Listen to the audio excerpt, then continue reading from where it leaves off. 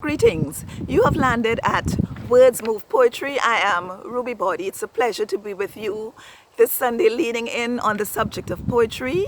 Today we'll be looking at busting myths because it is Halloween Sunday and we will not be busting any ghosts here. So we are finding our voice through looking at myths and busting some of them, in particular the Medusa myth.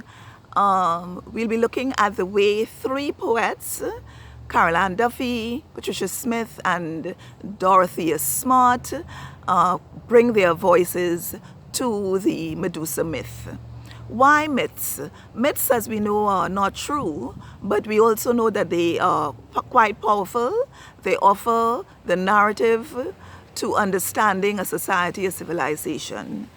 And it is important to look at myths, therefore. The Medusa myth, unfortunately, places women in a negative light because the story is told of a young maiden who supposedly betrays Athena, her god, a small god, by sleeping with Athena's rival, Poseidon, and Athena exacted revenge by changing the young maiden's beauty, making her a Gorgon, making her a Medusa, and her ugliness, her unbeauteousness turns anyone who looks upon her into stone.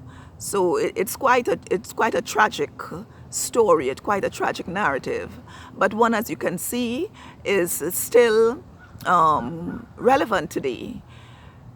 Now, in terms of the voices brought to the Medusa poem, Caroline Duffy, a poet laureate of the United Kingdom, she stepped down in 2019. She brings a rather sympathetic voice to Medusa, her poem. She sees Medusa as a vulnerable young maiden whose obsession with the idea of the unfaithfulness of her lover, of her husband, turns her into a crazed person who wants to take revenge and wants to understand why it is that he did not continue to value her. She asks, was I not lovely? Was I not young? You know, why is it that you want to betray me? And let me read you how Patricia Smith enters Medusa. She says, a suspicion, a doubt, a jealousy grew in my mind, which turned the hairs on my head to filthy snakes, as though my thoughts hissed and spat on my scalp. So the very thoughts themselves became her obsession, and she wanted to take revenge on her husband for that. In terms of Patricia Smith, Patricia Smith brings a different voice to Medusa. But she says, Poseidon was easier than most. He calls himself a god, but he fell beneath my fingers with more shaking than any mortal.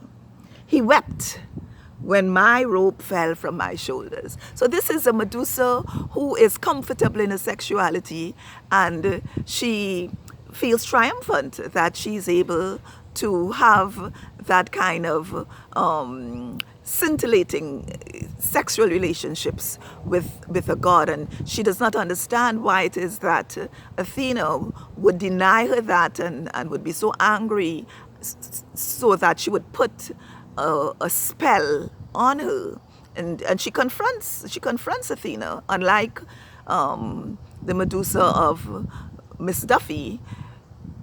Patricia Smith's Medusa asks, what would you have done differently if you were me? Put yourself in my position. So this is a voice that Patricia Smith brings. And finally, we look at Dorothy Smith.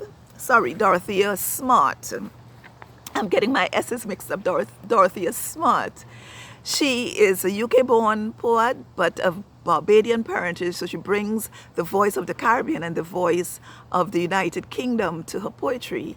And in looking at Medusa, she's looking at the question of how we treat beauty, how we still undervalue certain kinds of beauty and elevate other kinds of beauty. She says, Medusa was a black woman, African, dread. Cut she eye at a sister mirror, turn she same self, stone. She looks really kill, ask she no? Medusa would know, she terrible eyes, leave me stone cold. So that is Dorothy Smith. And I approached Medusa from the point of view of divinity. I believe that divinity is beneficent, is generous, is merciful.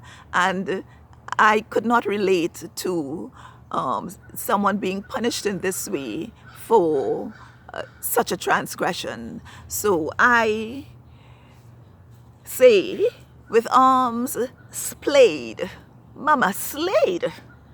Her branches a groomed Medusa, quilting receptive earth in shadow, light, and umber.